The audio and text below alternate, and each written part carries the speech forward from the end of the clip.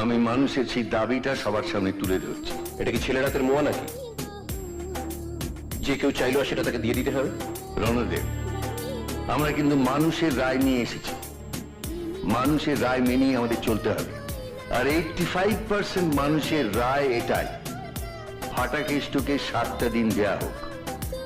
আর যদি মানুষের রায়কে আমরা অস্বীকার করি, তাহলে 3 মাস পরে ইলেকশনে মানুষের রায় আমাদের বিরুদ্ধে যেতে পারে।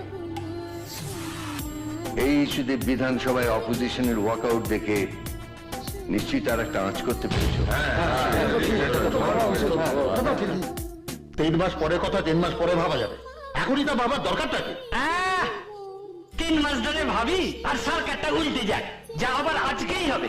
একজনের জন্য তো আমরা সবাই ঢুকতে পারি না।